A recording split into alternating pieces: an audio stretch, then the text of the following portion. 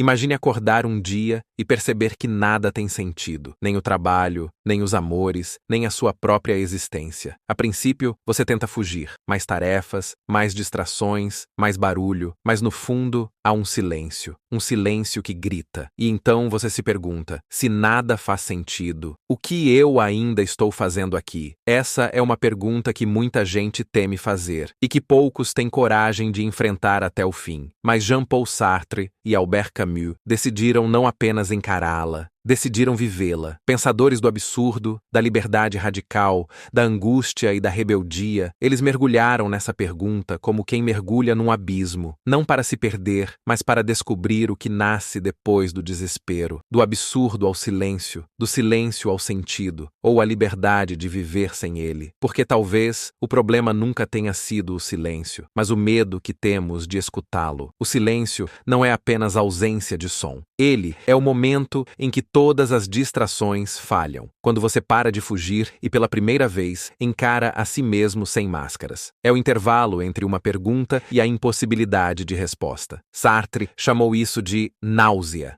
Um mal-estar existencial diante da gratuidade do mundo. Um enjoo de tudo que parece automático, sem propósito. Como se a realidade se despisse diante de você e sobrasse apenas um mundo cru, bruto, sem justificativas. Camus, por outro lado, falou do absurdo, o momento em que o ser humano, faminto por sentido, encontra um universo indiferente. É como gritar em um vale deserto e ouvir de volta apenas o eco do seu próprio desespero. Mas aqui está o ponto. Para eles, esse silêncio não é uma sentença, é um chamado. Albert Camus começa com uma provocação. Só existe um problema filosófico verdadeiramente sério, o suicídio. Se a vida é absurda, vale a pena continuar? Essa não é uma pergunta moral, é uma pergunta existencial. E a resposta de Camus é tão surpreendente quanto corajosa. Sim, vale. Mas não porque a vida tenha um sentido escondido, e sim porque ela não tem. Camus nos apresenta o mito de Sísifo, condenado a empurrar eternamente uma pedra-montanha acima, apenas para vê-la rolar de volta. É um castigo? Ou é a metáfora perfeita da condição humana? A genialidade de Camus está aqui. Ele diz que o absurdo não exige rendição, exige revolta. Aceitar que o mundo é sem sentido não é o fim, é o começo da liberdade. A liberdade de viver sem ilusões, de amar, criar, rir e sofrer, sem precisar justificar nada além da própria experiência. A luta em direção aos cumes basta para encher um coração humano. É preciso imaginar Sísifo feliz, porque consciente, porque livre. Enquanto Camus enxerga o absurdo como um confronto entre o homem e o mundo, Sartre coloca o foco dentro do próprio ser humano. Para ele, o problema não é o mundo, o problema é a liberdade. No fundo, é isso que nos assusta. Sermos absolutamente livres para criar sentido onde não há. Sartre dizia que a existência precede a essência. Em outras palavras, nascemos primeiro e só depois escolhemos o que seremos. Mas essa liberdade radical vem com um peso, a angústia, porque se não há um roteiro, se ninguém veio te dizer quem você deve ser, então toda escolha é um fardo. Toda decisão é uma condenação à responsabilidade total sobre si. É o que ele chama de condenados à liberdade. Não há Deus, destino ou natureza que determine quem somos. E isso nos deixa nus diante do mundo, sem desculpas, sem garantias, mas também sem correntes. Sartre e Camus divergiram, é verdade. Um acreditava no engajamento político como caminho. O outro defendia a arte, o absurdo e a lucidez. Mas ambos concordavam num ponto essencial. A vida só começa de verdade quando você para de esperar que ela te entregue um sentido pronto. É nesse silêncio, quando todas as respostas falham, que você pode ouvir a única pergunta que realmente importa. E agora, o que eu faço com isso? Você pode se desesperar, ou pode transformar esse vazio num espaço criativo. Você pode preencher o absurdo com consumo, distrações, ideologias baratas, ou pode encará-lo de frente e fazer dele um ato de rebeldia silenciosa. Na era dos gritos, do excesso de opinião, da pressa em parecer certo, o silêncio virou suspeito. Mas Sartre e Camus nos mostram que é nele que nasce a consciência. Não o silêncio da covardia, mas o da escuta, da contemplação, do espanto. Porque